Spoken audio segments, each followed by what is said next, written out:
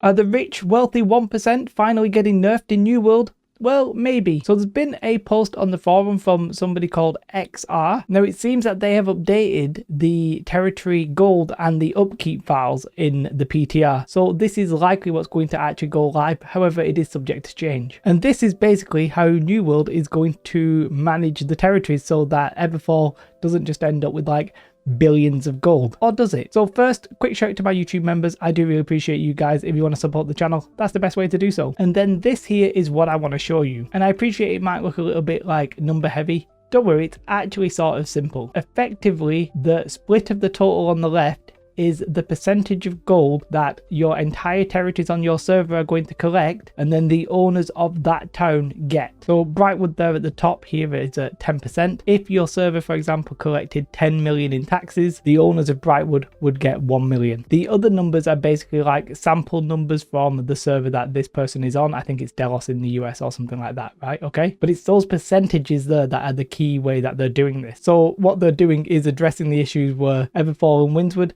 just made an absolute shed ton of gold, and they effectively became like PvP gods because they had all of the best gear and stuff like that. Does this address that enough? Maybe. So you can see here that Everfall is at 12.5%, so is Windsward, and so weirdly is Brimstone, which I guess for them is a prediction. There's no actual way of knowing how much Brimstone will make. Presumably a lot of people will go there, but will that many people buy a house there instantly? I don't really know about that one. But in a way, using these percentages that obviously AGS are in control of, they can tell you what zones are the hot zones that you want. If they really wanted to, they could make First Light be 15%. Do you know what I mean? Like, they have that power now. You can see here though in the gained lost, if you were using this server an example, everybody gains apart from Windsward and Everfall, where they are at 47% of what they got and 36% of what they got previously. That's huge.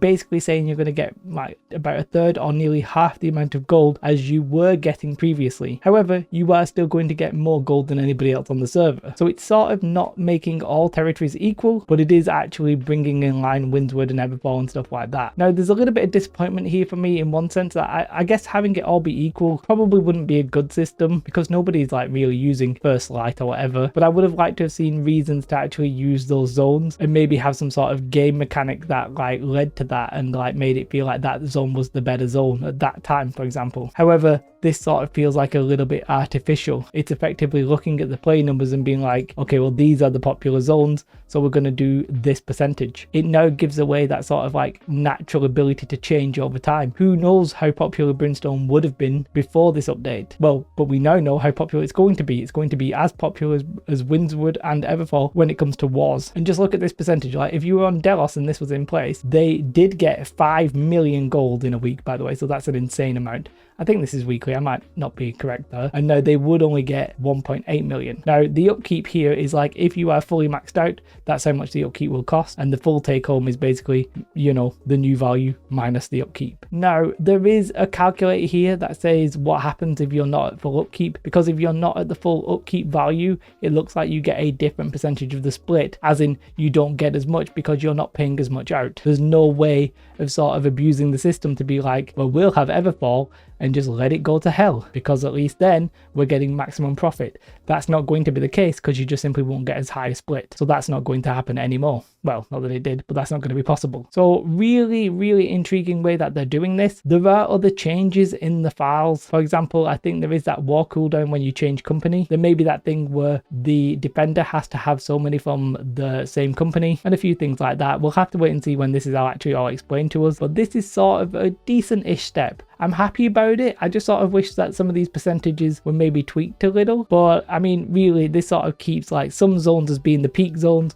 and some of the outer zones being the not so peak zones, and there's then those medium tier ones like Brightwood, Reekwater 7.5%, for example. So yeah, I actually think it's really good. Now, there's a bigger question there about how will you stop companies just owning the entire map. We've seen that before and it does happen. Hopefully these war cooldowns may actually be the thing. If they make it so that you can only defend in maybe one war at any day, then it should be very difficult to hold 2 territories unless you've got like an absolute shed ton of people, but then fair enough. You might see some play where some companies are basically just attacking zones to let them run down and like damage it so nobody else gets the gold. some company might be that spiteful, but I'm not sure how much time people will really spend on that. It might be worth, for example, if you have Everfall, to keep constantly attacking Windsward, and if you get it, rake in the gold and then just lose it like a couple of days later. I don't know how that works because I think you only get the gold like once every 3 days. I actually have never been a company leader, so I don't really know how that works, but you could end up with something like that. But overall, I think this is a massive change. And yes, it still rewards PvPers. We were never for taking away the reward from PvP. We just needed to see it be a bit more balanced.